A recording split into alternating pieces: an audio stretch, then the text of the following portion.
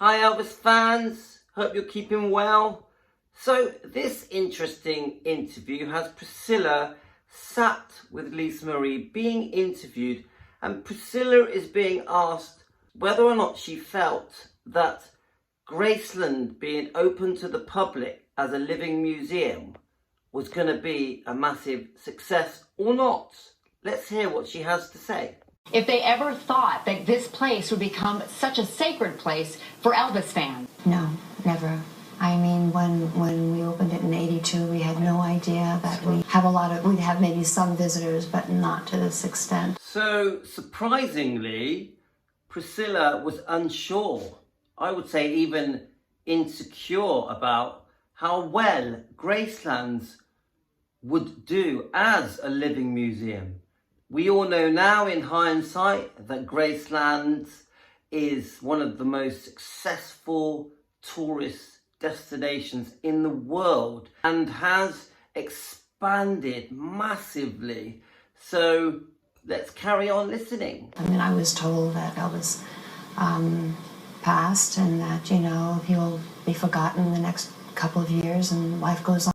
Elvis being forgotten and life goes on. How wrong were they?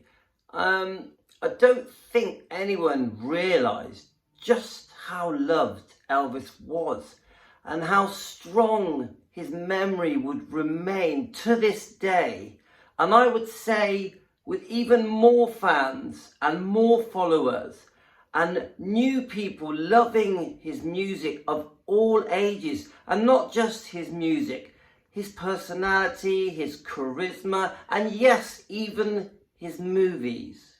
I'm always really happy when I'm here. It always reminds me of when I was the happiest, I think, in my life. So, and it, you know, it always just brings me right there when I come back.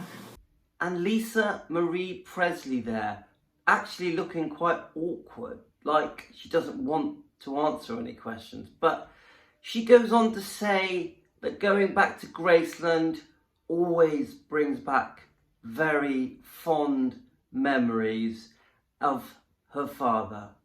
And Priscilla, in an interview, I believe you said when you were talking about Graceland coming here that you feel like Elvis is going to come down the stairs any minute. So do you feel his presence here throughout still?